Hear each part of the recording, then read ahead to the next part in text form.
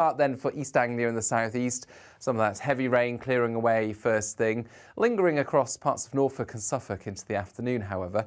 Eventually, drier, clearer and fresher air arrives from the northwest. Fairly breezy for the west of Scotland and Northern Ireland with some showers here and temperatures in the mid to high teens, whilst it's much cooler for many and certainly feeling fresher as that rain clears away into the evening, with a much more comfortable night for sleeping across the board.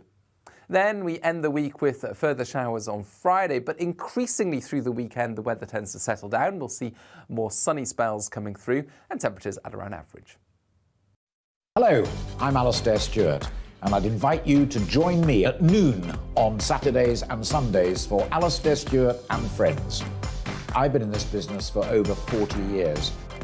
Now, here at GB News, I've never been happier. I get to choose the big stories that really interest me. We hear what you have to say, and you hear what I have to say. I really hope you can join me, noon on Saturdays and Sundays.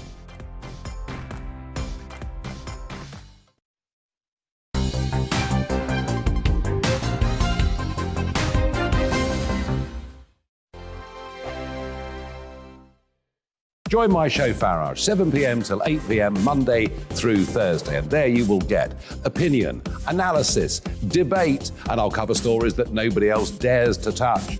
You've been cancelled. Join the club. Oh my goodness me! And then for the last 15 minutes, talking pints. We're over a drink. We have a civilised conversation with someone. We very often disagree, but we do it in a grown-up way. Come and join me on Farage.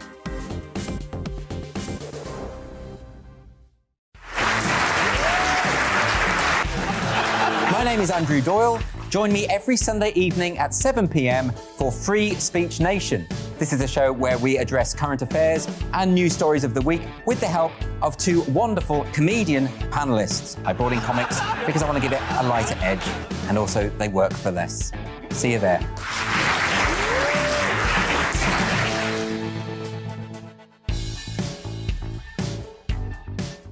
Hi there, it's Stephen and Anne.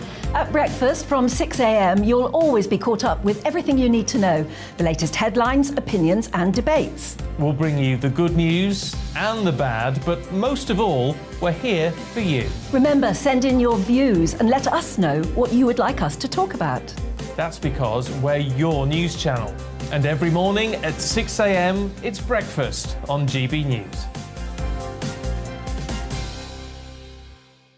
I'm Dan Wootton. Join me Monday to Thursday from 9 to 11 for the feistiest and most fun news debate on TV, where free speech reigns. I'll bring you a sharp take on the day's biggest stories, bombshell newsmaker interviews, and A-list guests. And I guarantee you, no spin, no bias, no censorship, and no reason to go to bed. That's Dan Wootton Tonight, Monday to Thursdays from 9 on GB News.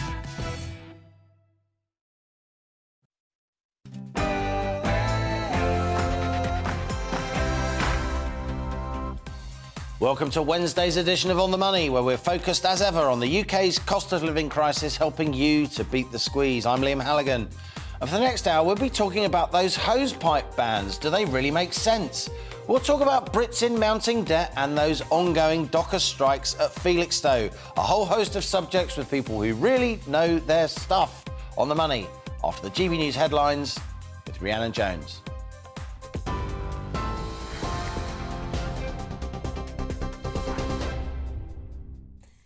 Thank you, Liam. It's 1 minute past 1. I'm Rhiannon Jones in the GB newsroom.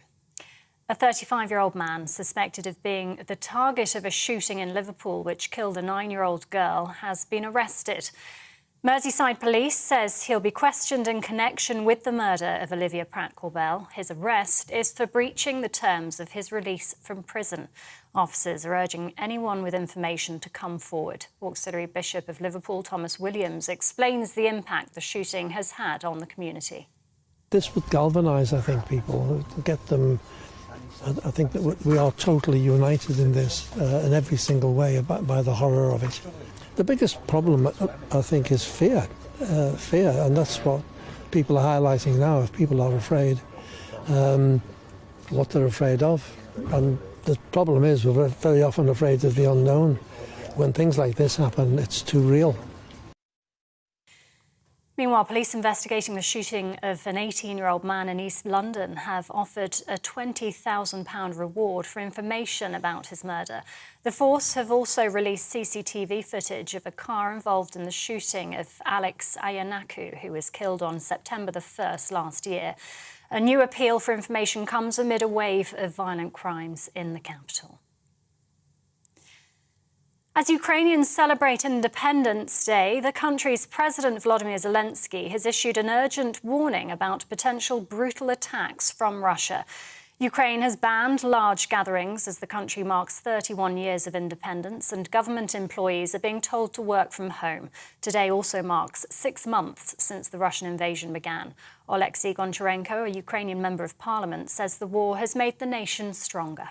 Definitely for us today is absolutely special Independence Day, because we understand it very, very deeply and in absolutely other way, because for this independence during these 6 months, thousands and thousands of the best Ukrainian people gave their lives. The biggest number of people saying that they're proud to be Ukrainians is now. Meanwhile, the United States has announced an aid package to Ukraine worth more than £2.5 billion.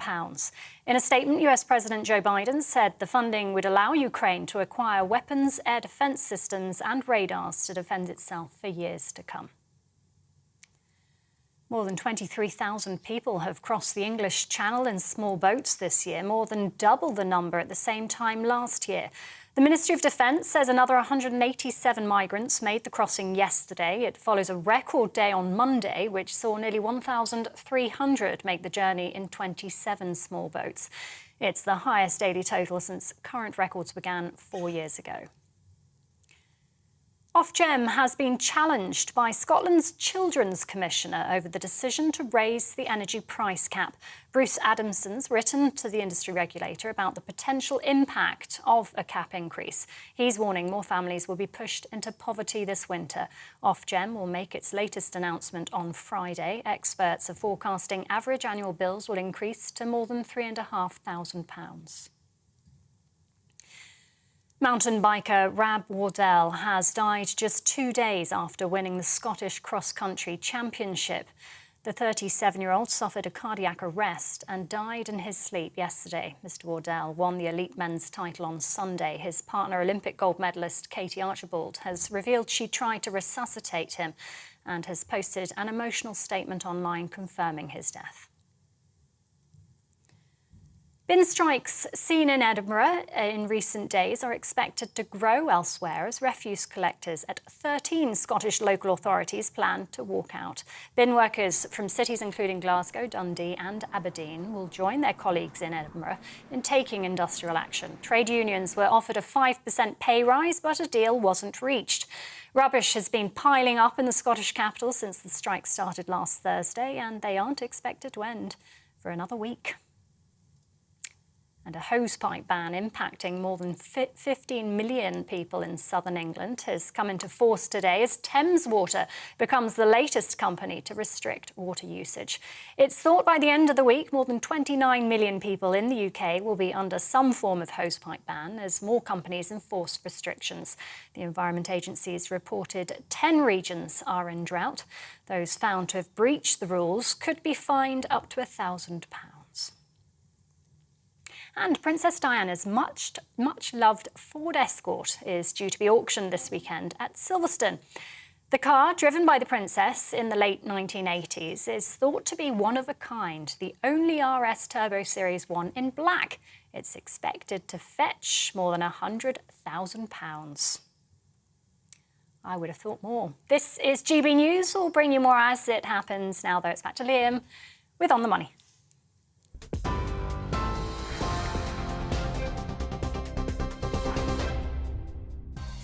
Thanks, Rhiannon. And coming up on The Money today, Thames Water has this morning imposed a hosepipe ban impacting around 15 million households in London and across the Thames Valley, adding to bans in Sussex, Hampshire and parts of Wales and the West Country. But with billions of gallons of water lost each day through leaks, do hosepipe bans make any sense? We hold a detailed discussion. And it's day 4 of the dockers' strike at one of the busiest shipping ports in Europe. We'll be hearing from Unite the Union at the picket line in Felixstowe, finding out why they think industrial action, the first at the Suffolk port in over 30 years, is the only option to settle this dispute over pay. Plus, with interest rates going up and up, more Brits are finding themselves in debt, with millions owing money to credit cards, loans, overdrafts and mortgages. What's the way out for struggling households? Again, we host a discussion. Plus, each day On the Money features an in-depth Money Talks interview. Today, we meet James Hookham. He runs the Global Shippers Forum and will be shedding light on the impact of those Felixstowe strikes, coming at one of the busiest times of the year for supply chains already ravaged after the COVID lockdown. That's later in the show. So stay with us. This is GB News. I'm Liam Halligan, and you're on the money.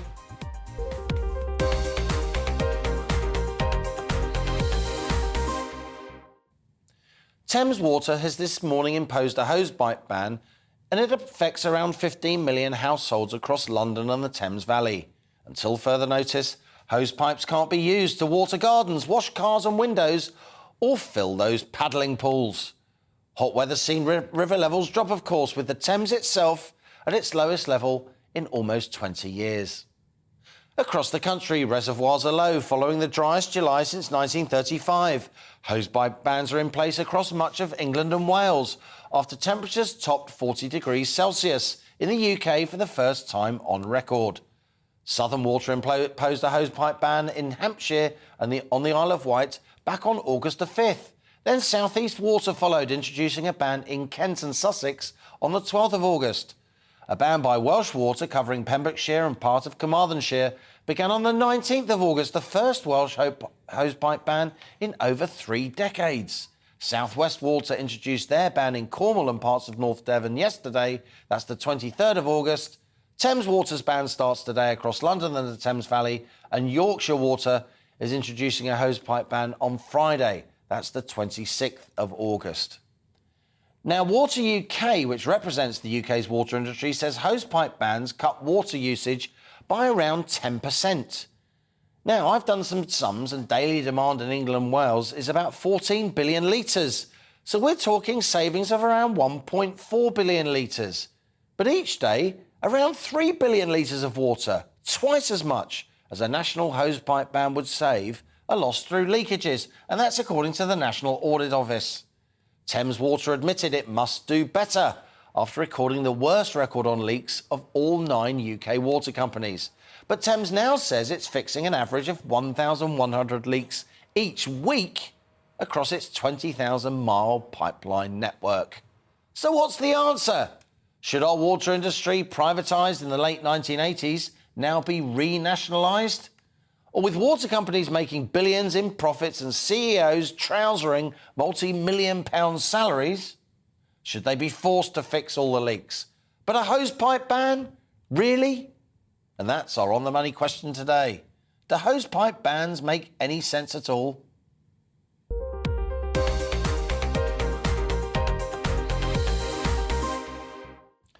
Grown-up discussions with people who know their stuff. That's what we do here On the Money.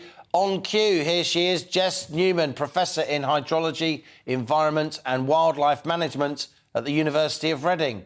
Harry Phone is Campaign Manager at the Taxpayers Alliance. And in the studio, she's back. I can't keep her away. Here's Jasmine Birtles, MissMoneyMagpie.com. Great to have you with us as ever, Jasmine. Jess, let's talk to you first. Fantastic to have you on my show. I really appreciate it. You are a well-known expert in this area, hydrology, environment and wildlife management. What do you think of this hosepipe ban, given that it's outweighed completely by the amount of water that's leaking each week from our often Victorian-era water pipeline network? Yeah, you've absolutely hit the nail on the head there. It's a sort of thing where they have to be seen to be doing something, and it is everybody's responsibility to try and reduce water. There isn't really any other way for the general public to be restricted, so to speak, in how much water they use. A hosepipe ban is a sort of quick and ready way that can be implemented fairly easily to try and prevent people using so much water. But as you say, we're looking at a 5 to 10% reduction, which is nowhere near how much water is being lost in leaks. And this is a really tough question, because rightfully people are saying, well, why am I not allowed to water my plants? Why am I, I have a dirty car, I have small children that want to play in a paddling pool in the holidays, and you're literally throwing water away down the street. And as far as we can see, not much being done about it. So people are angry. Harry Phone, what is the answer? I think it's fair to say that the Taxpayers Alliance tends to come at issues from a centre-right perspective.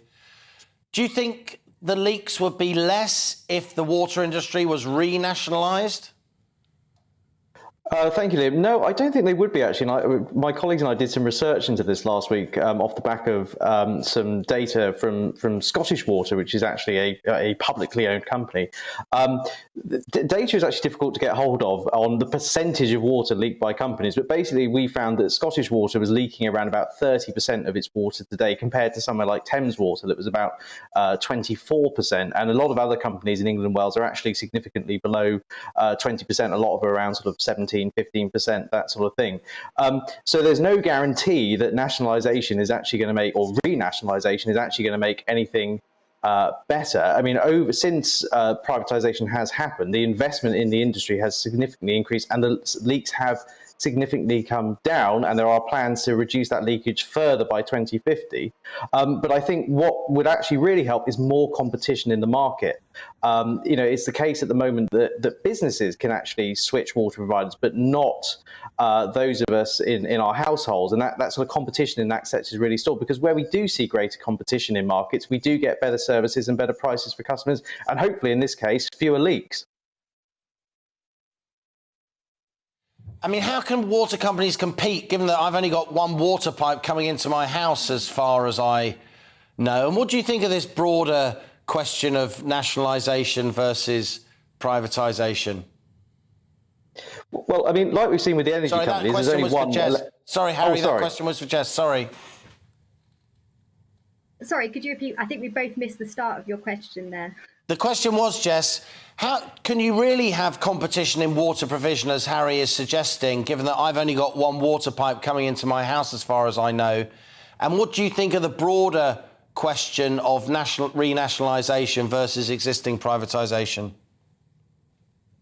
It's an area slightly out of my area of expertise. I mean, as far as I'm aware, I'm provided here by SES Water. They've chosen not to go into a hosepipe ban. And, Thames Water supplies the water just up the road from where I am. How you would balance out being able to get water from different companies, I don't know, because they're taking it, as far as I'm aware, from the local aquifers or the local rivers. And there will be a company that's doing that. So, yeah, it's a question I would struggle to answer, I'm afraid. Perhaps someone else might have something to say there. Well, Jasmine, let's come to you. I think the fact that Jess is questioning it, and she's a professor of hydrology, is really important, because it is hard to get what we call, as economists, contestable markets going, isn't it? In some senses, you want privatisation to encourage investment and all the rest of it, but if lots and lots of money is being taken out in profits and dividends and huge CEO remuneration, it must be said, and it's not being reinvested, there will be these recalls for renationalisation. Well, absolutely. And this is, as you say, it's a problem with privatisation, because quite often, well, in fact, many times, the customer is way down the list. Number one, according to the company, is shareholders, although really, as you say, it's their own remuneration, then shareholders, and then maybe, oh, yeah, we've got customers as well. So this is something that I think, frankly, shareholders ought to be looking into, and customers demanding something better. As you say, and as we've said, it isn't easy to have genuine competition when you've got the water actually coming from local water sources. It's not quite the same as electricity and gas. Where you have generation in many different sites, and it's much more easily transported. Exactly. Harry Phone, let's come back to you. In the end, the water companies would say, and I've talked to quite a few senior people at water companies in the last few days and weeks as this hosepipe ban issues come to the fore, they would say that they fix leaks at an agreed rate set by Ofwat, set by the energy regulator. It's not as if they can sort of decide. This is a very heavily regulated sector. The profits they make fairly. And if more focus should be put on leaks, so we don't have to have these ridiculous hosepipe bans every time the sun comes out and we get into our flip-flops in our back gardens in the UK for once, then the ministers and the regulators should, get a bit tougher and impose targets in this regulatory structure. Do you think there's something in that? Yeah, I mean, it's my understanding that Ofwat for England and Wales has basically set a leakage target of around 20%. I mean, it's actually quite interesting that you can't easily get this sort of percentage leakage data from each company, even though I spoke to Ofwat about this. So they kind of only have to do that just to meet targets. There's not really any incentive for them to do any more. And, Jasmine's right to flag about, they've got a responsibility to shareholders, possibly before consumers. And they say you're always going to have this problem with a service like water or electricity or something like that, where there will be the creation of natural monopolies. That doesn't mean, though, that renationalising it is the solution. I mean, certain newspapers are arguing that, the pay to chief executives was astronomical. But if you look at the chief executive of Scottish Water, I mean, they were paid around, £265,000 last year. So they're still raking in the cash, but they're not performing at the levels they should be. I think there's also things we need to look at around sort of regulation in general and the sort of NIMBYism we have around this country, particularly around the creation of additional reservoirs, because that is something that I think we shouldn't have to resort to that if we could stop the leaks, but it's always good to have a backup plan in place if something goes wrong. Well, we're privileged in this discussion to have a professor of hydrology, Jess Newman of University of Reading. Jess, let's give you the last word. Are we underserved with reservoir capacity in the UK? Should we be building more? If so, where in general would it make sense to build those reservoirs? Again, that's a very good question. I mean, with climate change, it's a very difficult one to answer because what we're looking at is more extreme weather. We're seeing more extreme rainfall events, and on the flip side of that, we're seeing these heat waves and droughts, and they're almost two sides of a coin that's very difficult to plan for. At the moment, it's very clear we've got most of the country in drought, and we've got most of the country under hosepipe ban and dealing with a water stress. We don't have enough water at the moment to maintain the services that we want to maintain, which is why we're seeing people being told to cut back on water use. Building new reservoirs is certainly an option. We can't build new aquifers or groundwater. It has to be done above ground. And there will be sort of landscape factors to take into account there. Quite often they're built in places where you can also harness electricity power at the same time, so more upland areas. But that's not to say that we can't build more in southern areas, or at least there's also sort of evidence that with better forecasting methods, we can forecast weather patterns more in advance, that perhaps something we call seasonal forecasting would allow us to better manage the resources that we already have more than just days or weeks in advance. We're looking potentially in the future at months in advance, which will be a big step towards helping with sort of water supply. Jess Newman, Professor of Hydrology, Environment and Wild Management at the University of Reading. Great to have you with us. Harry Phone from Taxpayers Alliance, as ever, a pleasure. And Jasmine Birtle is going to stay with us for the rest of the show. This is On the Money with me, Liam Halligan. After the break, we'll be hearing from the head of Unite the Union on just why Felixstowe dockers aren't budging with their ongoing strike plans. Stay with us. You're On the Money.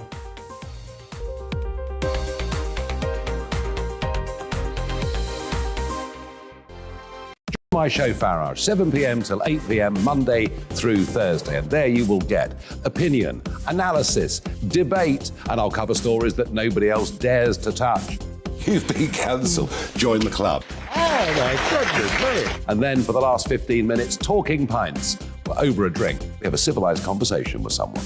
We very often disagree, but we do it in a grown-up way. Come and join me on Farage.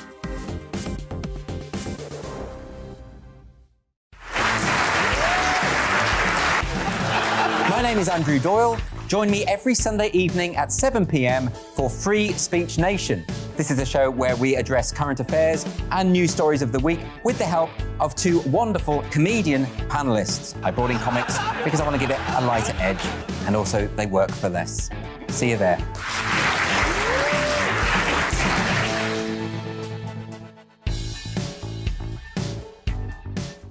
Hi there, it's Stephen and Anne.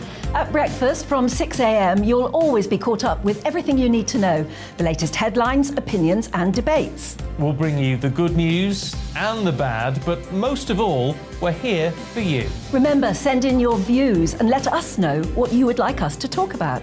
That's because we're your news channel. And every morning at 6 a.m, it's breakfast on GB News.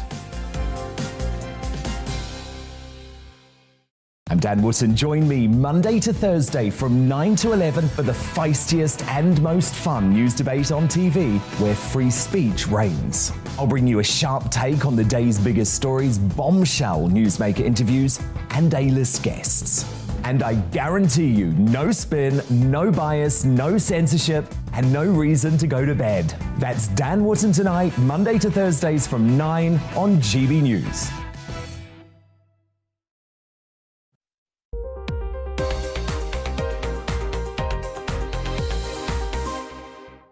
And welcome back. It's 1:22 here on The Money. Now, over the last few days, thousands of disgruntled motorists have emailed both Tory leadership hopefuls, Foreign Secretary Liz Truss and former Chancellor Rishi Sunak, calling on the new government to cut fuel duty on petrol and diesel by 25%, a policy that's already been partially implemented in Germany.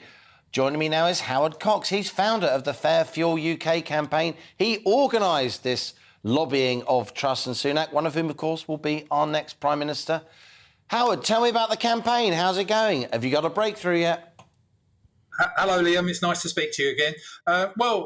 Nothing coming back from them, but it's now up to 16,000 emails have gone in the last 36 hours to both of the leadership candidates and also to the two Tory chairmen. We wanted to make it's right across. The Tory party got to wake up,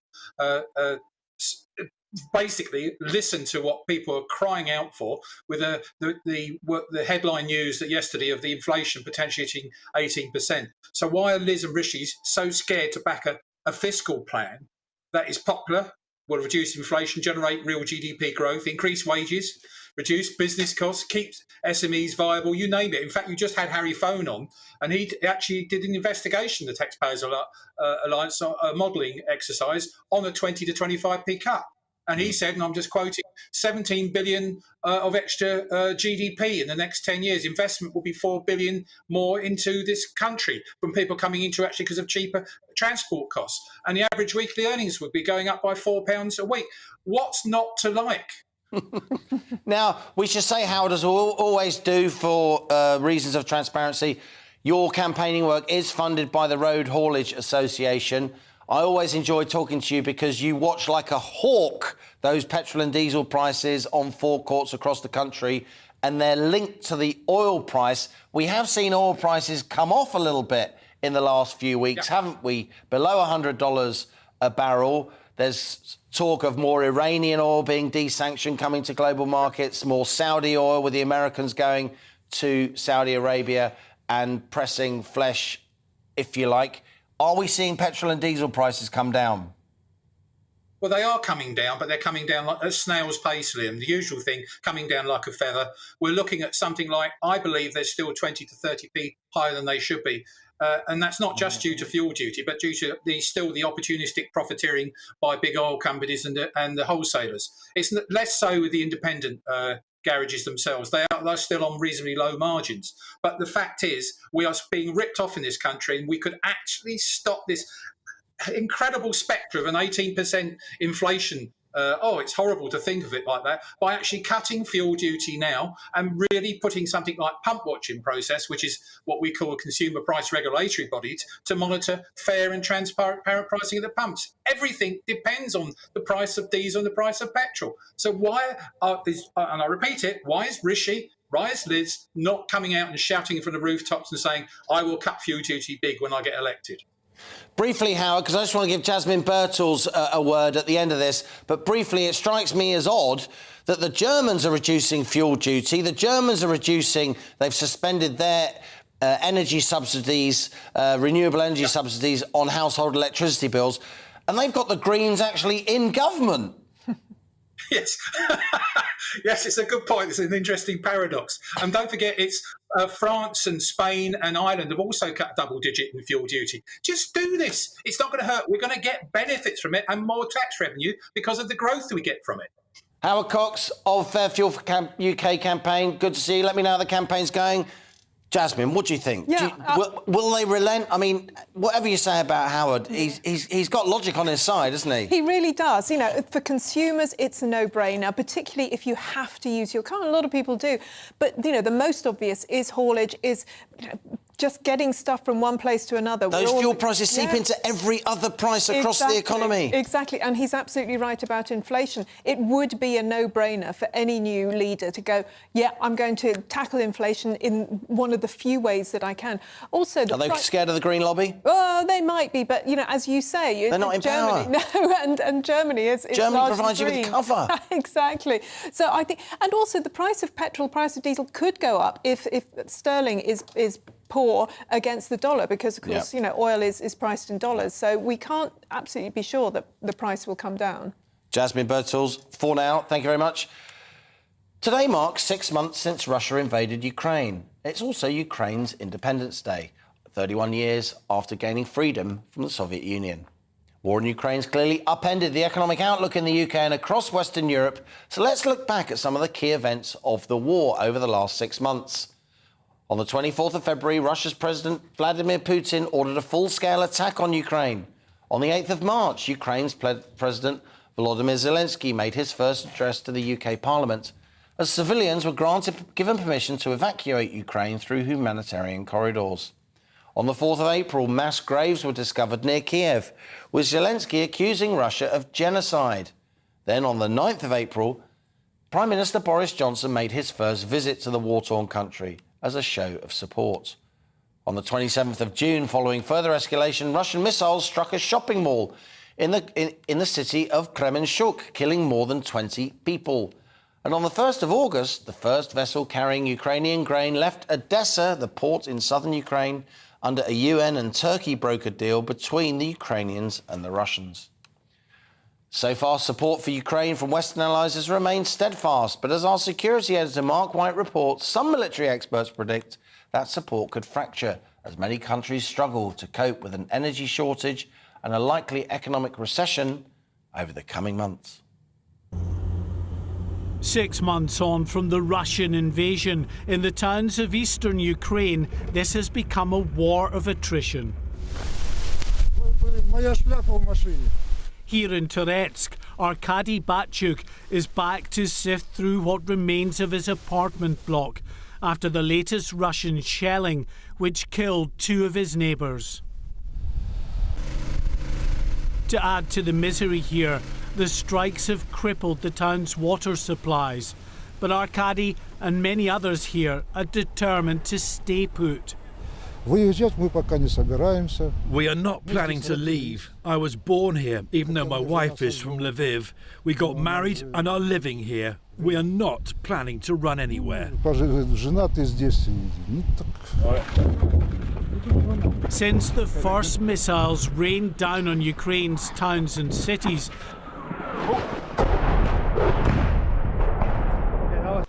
the West has been united in both its condemnation of Moscow and its support for the Ukrainian people.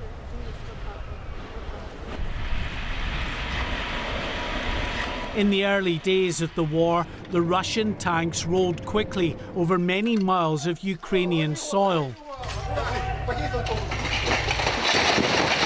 encircling key population centres, including Ukraine's second city, Kharkiv, which suffered weeks of bombardment.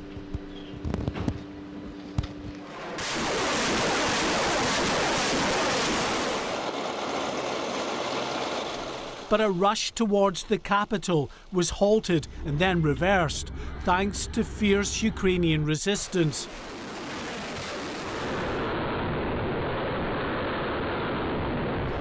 And growing numbers of sophisticated Western weapons systems provided by key allies, including the US and the UK. That Western resolve is holding, but with a bleak winter ahead, with many countries feeling the effects of energy shortages and the likelihood of economic recession, maintaining that high level of support over the long run could be a tough ask. I think we're going to see a reduction in unity as we get into the winter, particularly with the energy problems that countries like Germany will face, both domestically and in industrial terms. And that, I think, will lead to Germany and other Western countries, including NATO countries, reducing their support for Ukraine and probably pressuring Zelensky to come to terms with Russia. Thank you, everybody. Thank you. One of the first Western leaders to travel to the Ukrainian capital after the outbreak of the war, Boris Johnson has been at the forefront of support for President Zelensky's efforts to fight off Russian aggression. Publicly, at least, both candidates to take over from Boris Johnson say that support will continue. What we've seen, in the past few months is the Russians have made some gains. They've taken some territory in the Donbas region, but they're very incremental. The Ukrainians are pushing back. We're back to it's World War I like trench warfare. It's a war of attrition, and so unless something dramatic happens to change this war can grind on for a long time. In recent weeks, Ukrainian troops have begun a pushback in some key areas, including around the strategically important city of Kherson, currently under Russian control, but looking increasingly isolated. 6 months on, Ukraine's armed forces and its people are in this fight for the long haul. They desperately hope their Western allies are as committed in the months ahead. Mark White, GB News. Mark White there, 6 months on from the start of the war in Ukraine. This is On the Money with me, Liam Halligan. Coming up, as the cost of living rumbles on, more and more Brits are finding themselves pushed into debt that's increasingly expensive to service as interest rates rise. We'll be discussing that after the GB News headlines with Rhiannon Jones.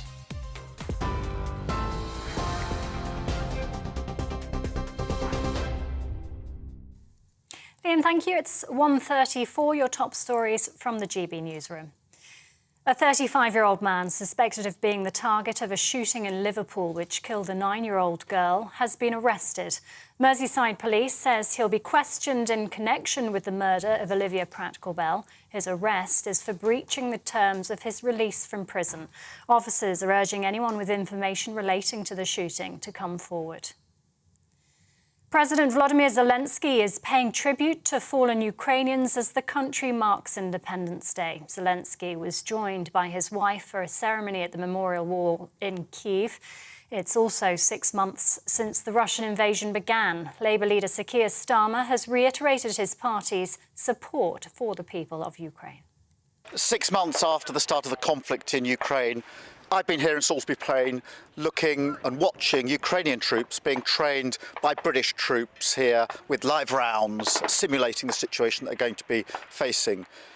That's given me the opportunity to say and to reiterate Labour's commitment and support for the Ukrainian people and our unshakable support for NATO and our allies. And I've been so impressed with the training I've seen here.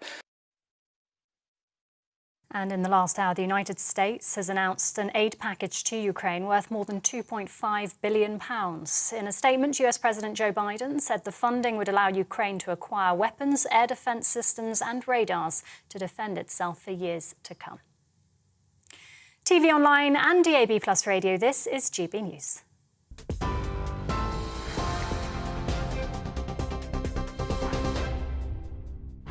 Direct Bullion sponsors the Finance Report on GB News for gold and silver investment.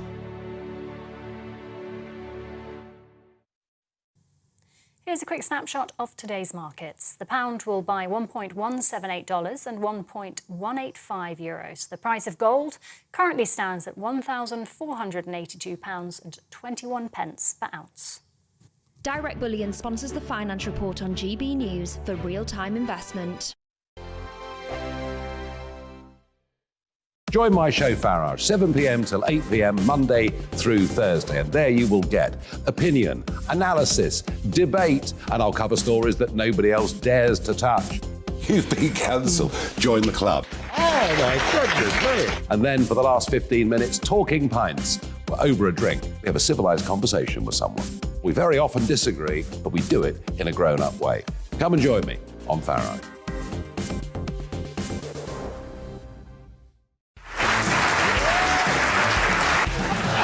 My name is Andrew Doyle. Join me every Sunday evening at 7 p.m. for Free Speech Nation. This is a show where we address current affairs and news stories of the week with the help of two wonderful comedian panellists. I brought in comics because I want to give it a lighter edge, and also they work for less. See you there.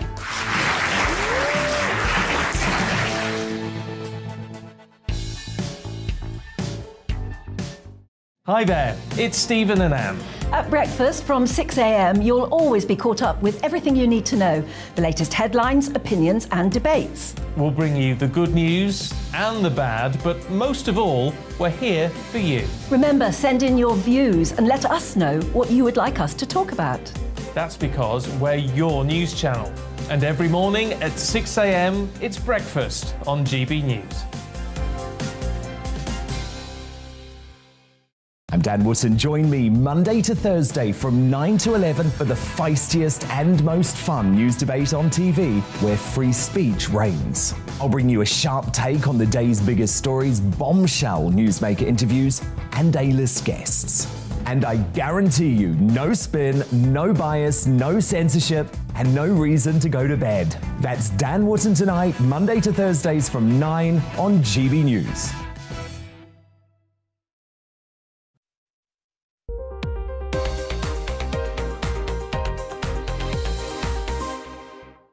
And welcome back. You're on the money with me, Liam Halligan.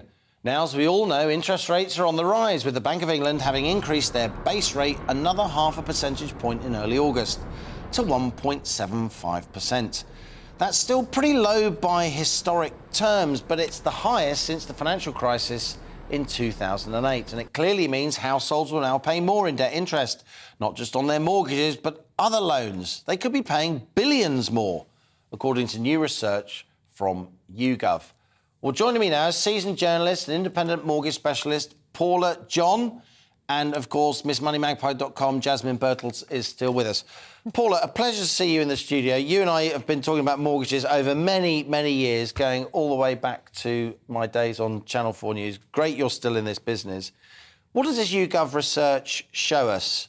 Because a lot of people are really worried about their debt service costs going forward. They really are. What it's highlighting is that even though a lot of people's mortgages are on a fixed rate, a lot of their unsecured debt is not on a fixed rate. So that's credit cards. Credit cards, store cards, personal loans, car loans, all of that stuff.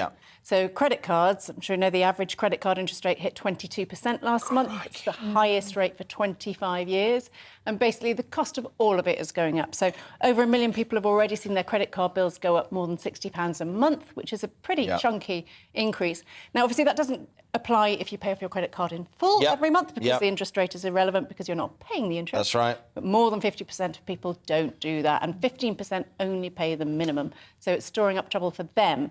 And on the personal loans front, almost 8 million people have got a personal loan on top of the mortgage of an average of £6,000, and they've already seen that increase by £900 a year. So these non-mortgage costs, these other debts, are really starting to bite at the same time as all of the rest of the cost of living crisis. Incredible, the scale of that average non-mortgage unsecured loan that most households have. And of course, as the cost of living squeeze bites, a lot of people with the best will in the world, they want to do the best by their family. They want to keep the basics coming in and the odd treat every now and then. They do go into more debt, don't they? They absolutely do, and we can only imagine that people's personal balance sheets are going to be deteriorating further with all of the different pressures on them. So, I mean, what can you do about it? There isn't a silver bullet. Unfortunately, there is no way of saying, oh, there's a 1% interest rate, something over here. But it does feel like it's a good time for people who've got these kind of debts, which most people have, to take a careful look at them. Try and get your ducks in a row before interest rates go up, because as we've been discussing for weeks now, the bank base rate could hit 4% next year. I mean, it's frightening, and that will have a knock-on effect on all of these sorts of debts. So it's a good time to be looking at where your debts are and seeing what you can do about that. And one thing that more people are starting to do now is to consolidate their debts. So you get all your debts with one basic payment that's lower for longer. Exactly. And the longer bit isn't necessarily great, but the lower bit can be significantly lower. Yeah. So one way of doing that, if you're a homeowner, one option more people are starting to take is going for a second charge loan. So this is where you take out a loan secured on your property, and with that loan you pay off all your other debts. Now, they're not for everyone. A lot of people don't like the idea that Read the fine print. They're secured on your property, so if you don't meet the payments on those loans, your house is at risk, your home is at risk. But having said that, the rates that can be charged are so much lower than those credit card rates and personal loan rates. They really can make sense. When you say longer as well, you can usually take these loans out for between 3 years and 30 years. Right. So now, over 30 years, you'll have very low monthly repayments, but the total you pay back will be a lot. If you take it over 3 years, then obviously you will pay more monthly, but you'll clear the debt quicker. Or you could go for something in between. So more people are turning to these things, and they're still niche. Last month, 3,300 people took out a second charge loan for debt. Well, 80% of them used it for debt consolidation. The other 20% used it for home improvements. So there is still some spending going on. But these loans are starting to become looked at by more and more people. And I would just say, speak to a mortgage advisor before you go ahead to do the calculation. And of course, I should just say, as an Ofcom regulated person on an Ofcom, we're not giving specific financial advice here, and you have very expertly steered around naming particular companies or particular products. But I think, for my money, your general advice is absolutely sound. Jasmine, of course, on moneymagpie.com, you have huge correspondence with your large number of subscribers about financial issues. Is the strain now starting to show, particularly on debt? Because interest rates are still low, but these rises in a proportionate sense from 0.25% to 1 3/4%, probably going up to 3 or 4%, as Paula says, massive proportionate increases. Absolutely. And I think that, well, it's something that people like Paula and I have been saying over and over, that we've had incredibly cheap money for too long. And we have a number of people, Gen Zers, millennials particularly, who've only really known low interest rates, and hence the enormous amounts that people have taken out for mortgages. And when money is so cheap, so easy, it's far too easy to borrow too much. Are we going to have another joint child of the 70s moment? We remember double-digit interest rates. Shall we do that? Yes. We remember double-digit interest rates. Why not? 14%, 1989. Absolutely. And we thought that was the end of the world. But, I don't know. One thing I do wonder, though, is if interest rates will go up as much, because quite a few people are now saying, actually, we need to be bothering about the recession more than inflation. Yes. So, actually, we may see interest rates come down again. Who knows? Crikey. Jasmine Purcell, great to have you with us. And Paula John, great to see you again. Look forward to welcoming you back into the On the Money studio. For now, thank you both very much indeed. Now, industrial action at the Port of Felixstowe rumbles on, with dockers now halfway through their planned 8-day strike, sparked, of course, by disputes over pay. Felixstowe is among Europe's biggest and busiest ports. It handles almost half of all the containers shipped into and out of the UK each year. Now, earlier today, our GB News reporter Will Hollis spoke to Sharon Graham on the picket line. She's General Secretary, no less, of the union Unite, which is organising the strike. Will began by asking Sharon Graham why she believes this strike action is essential. We have a company here that have just lodged 10 days ago £79 million worth of profit. So it's even gone up since the strike was called. £79 million worth of profit. And 42 million of that they've given to shareholders. And at the same time, they're asking these workers to take a pay cut. It's absolutely abhorrent. I think most people would absolutely disagree with it. It's corporate greed. And all these workers are asking for is to keep their wages on an even keel. Well, Will Hollis, our GB News reporter, joins us live from Felixstowe Port now.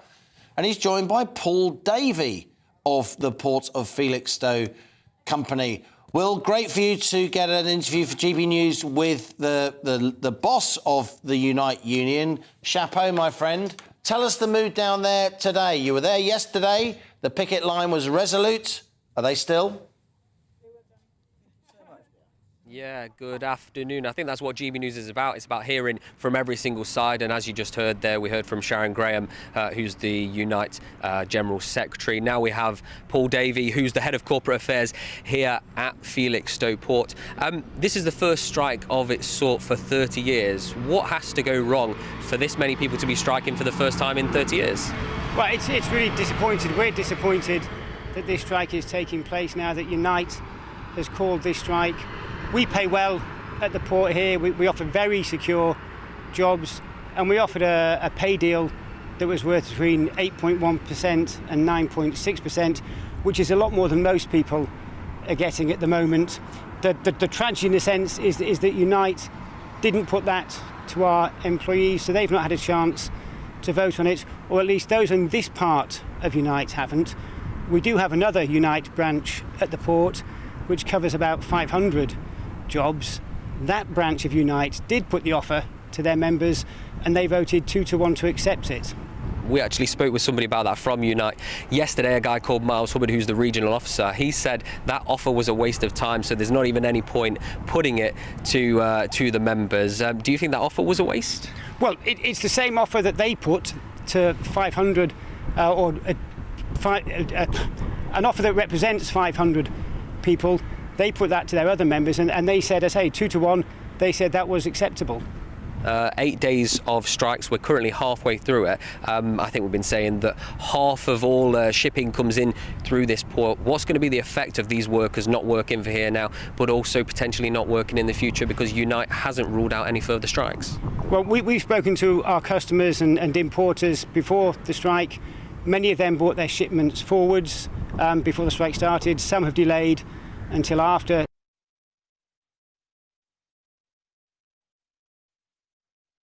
Particularly big on the local economy. Local haulage firms will suffer. There's about £1.8 million in wages that won't be paid this week and that won't go in to the local economy. But I think wider than that, and for consumers,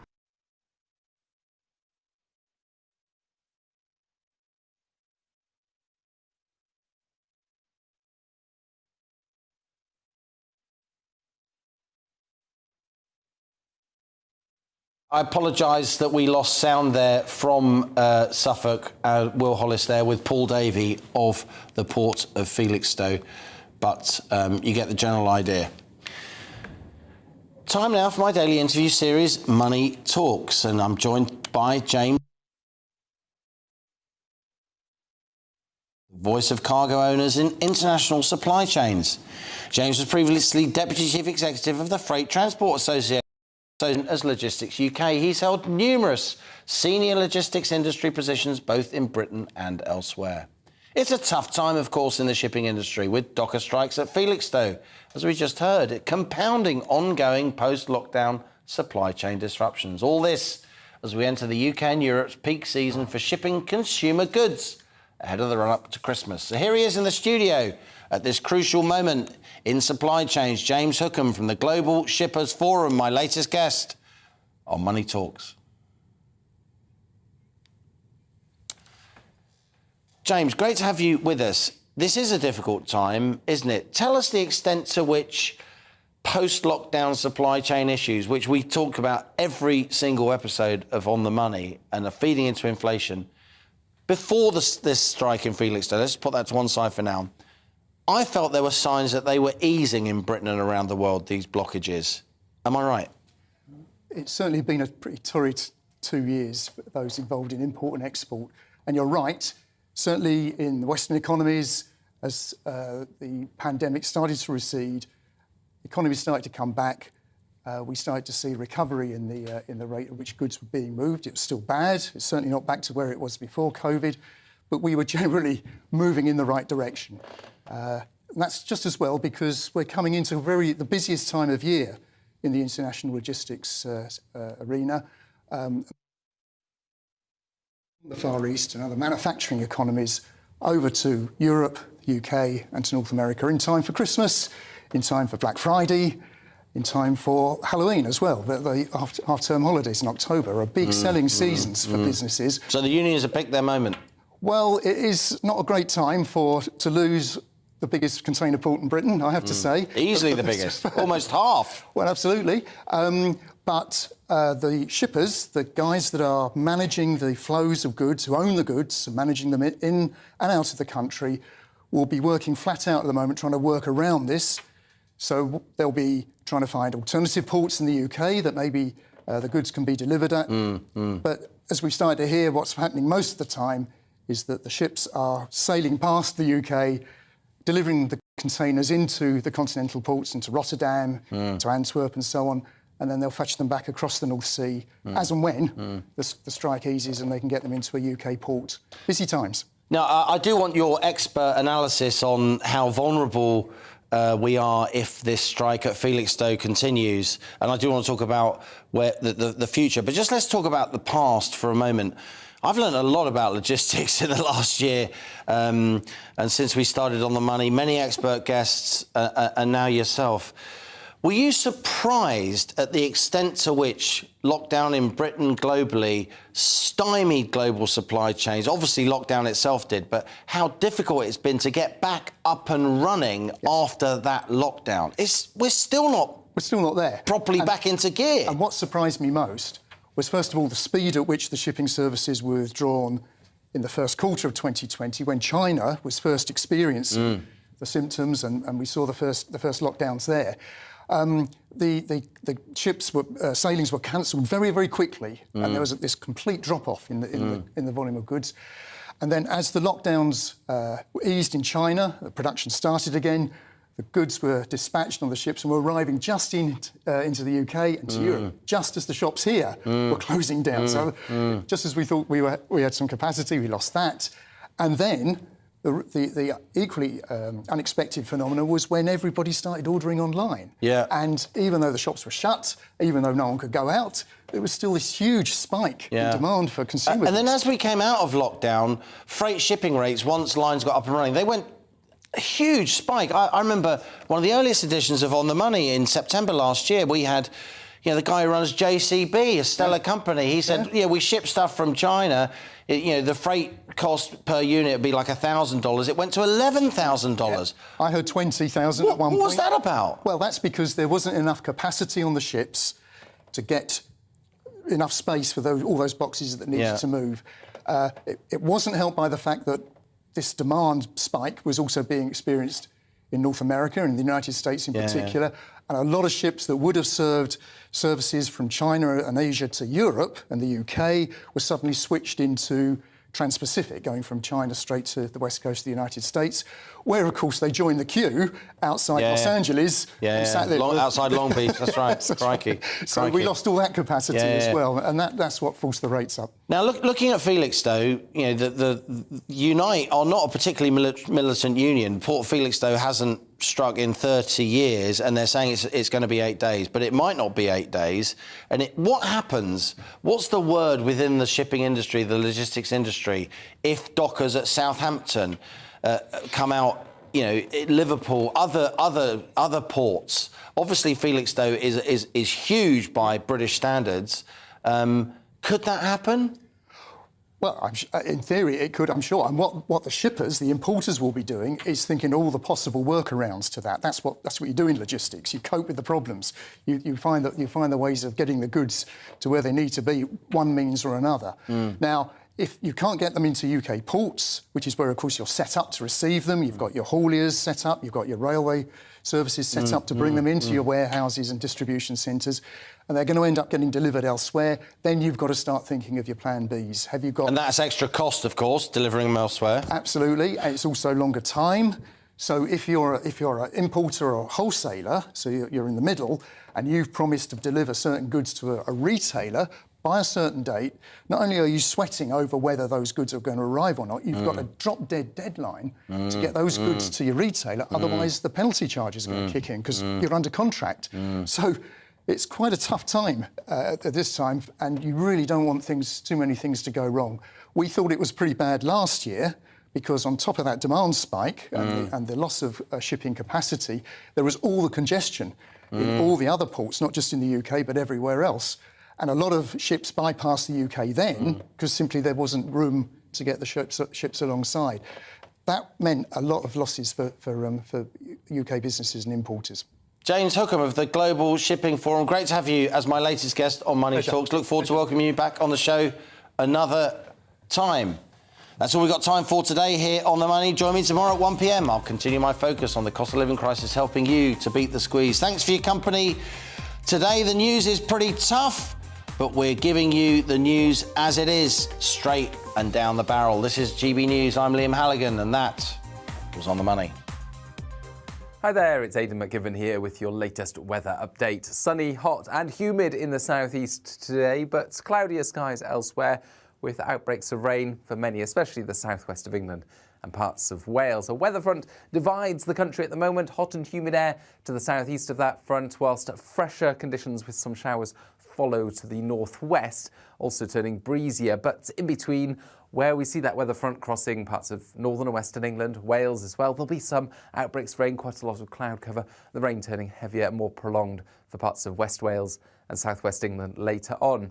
Rain clearing the Northern Isles, and then for much of Scotland, Northern Ireland, bright skies and a few showers. Feeling cool here, but hot and sunny in the southeast, up to 30 or 31 Celsius for parts of East Anglia, and feeling humid as well. That humidity could set off one or two showers into the evening here, and the weather front across central parts of the UK also tends to edge southeastwards, giving a few more showers, but the possibility towards the end of the night of some thundery rain coming along into the southeast. 18 or 19 Celsius overnight in the southeast, while Scotland, Northern Ireland, western parts of England and Wales sees clear spells, much cooler conditions. A wet start then for East Anglia in the southeast. Some of that heavy rain clearing away first thing, lingering across parts of Norfolk and Suffolk into the afternoon, however.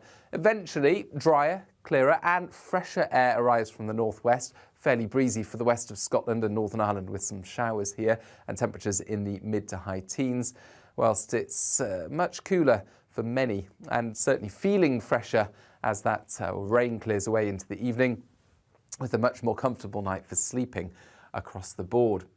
Then we end the week with further showers on Friday, but increasingly through the weekend the weather tends to settle down. We'll see more sunny spells coming through and temperatures at around average.